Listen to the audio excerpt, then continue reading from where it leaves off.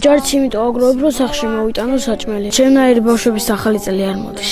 ფეხბურთს რო თამაშობ ხოლმე, დამცინია რეები თამაშობ ფეხბურთსო. ტკივა ხოლმე, მუცელი. და საჭმელის წამა მინდა ხოლმე. ართა ტელევიზორსა და იმდენი საჭმელების რეკლამებია ხოლმე, რომ ნერწყვი ყელში მეჭიდება ხოლმე.